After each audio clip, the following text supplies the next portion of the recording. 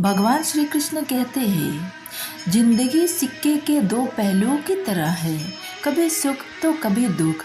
जब सुख हो तो घमंड मत करना, और जब दुख हो तो थोड़ा सब्र जरूर रखना। खुशी उन्हें नहीं मिलती जो जिंदगी को अपने सर पर जीते हैं, खुशी उन्हें मिलती है जो दूसरे को खुशी के लिए अपनी जिंदगी के मायने बदल देती है। भगवान कहती हैं, तुमने खुद को कमज़ोर मान रखा है, वरना तुम जो कर सकते हो वो कोई दूसरा नहीं कर सकता। समय जिसका साथ देता है वो बड़े बड़े को मात देता है। अमीर के घर पर बैठा कौवा भी सबको मोर लगता है, और गरीब का भूखा बच्चा भी सबको छोड़ लगता है। इंसान के अच्छाई पर सब खामोश रहता है, चर्चे अगर उसकी बुराई पर हो तो गूंगा भी बोल पड़ता है।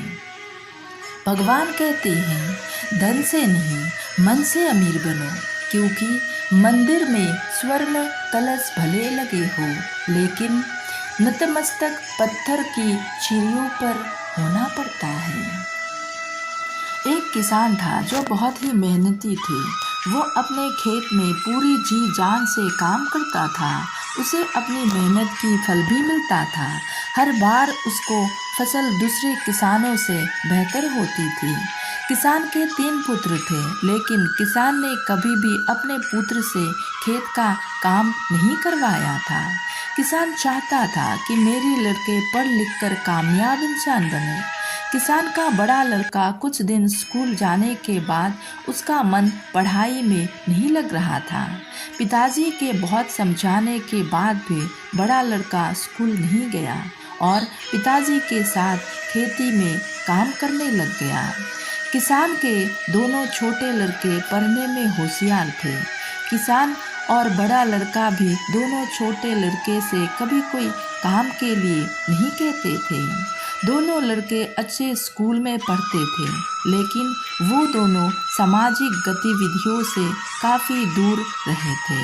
उन्हें सिर्फ अपनी पढ़ाई से ही मतलब रहता था, बाकी सब कुछ उनके लिए बेकार था। समय बीतता गया। दोनों छोटे लड़के पढ़ लिख कर अच्छी नौकरी करने लगे। दोनों की अलग अलग शहर में नौकरी लग गई। वो दोनों अपने पिताजी के पास कई महीने बाद आते थे। किसान अपने दोनों लड़के को बहुत याद करते था, लेकिन कोई सा भी लड़का अपने पिता को देखने के लिए नहीं आते थे। किसान अपने दोनों छोटे लड़के की याद में दिन प्रतिदिन कमज़ोर होता जा रहा था। उधर दोनों छोटे लड़के ने अपने लिए शहर में ही अलग अलग मकान ले लिया था और अपनी मर्जी से अपने पिताजी को बताए बिना शादी भी कर ली थी। अब वो अपने पिताजी के पास जाते ही नहीं थे। उन्हें गांव में जाना पसंद नहीं था। वो दोनों भूल चुके थे कि वो गांव में ही खेल कूद कर बड़े हुए थे। किसान का बड़ा लड़का अपने पिताजी को बहुत सेवा करता था। वो पढ़ा लिखा नहीं था, लेकिन अपने कर्तव्य को खूब जानता था। उसने अपने भाई के लिए कभी कुछ गलत नहीं कहा। कुछ दिनों के बाद किसान का मृत्यु हो जाता है, लेकिन मृत्यु से पहले वो अपने पुत्र के लिए एक वसीयत के नाम पर तीनों पत्र छोड़ जाता है। कहता था कि ये पत्र तीनों लड़के के एक साथ दिए जाए। ये खबर किसान के दोनों छोटे लड़के तक पहुंच गई।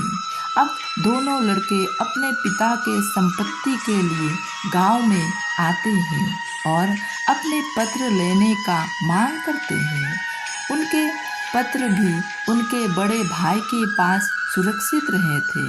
वो दोनों अपने बड़े भाई के पास अपने पत्र लेने जाते हैं, जिन्हें वो पत्र दे देता है।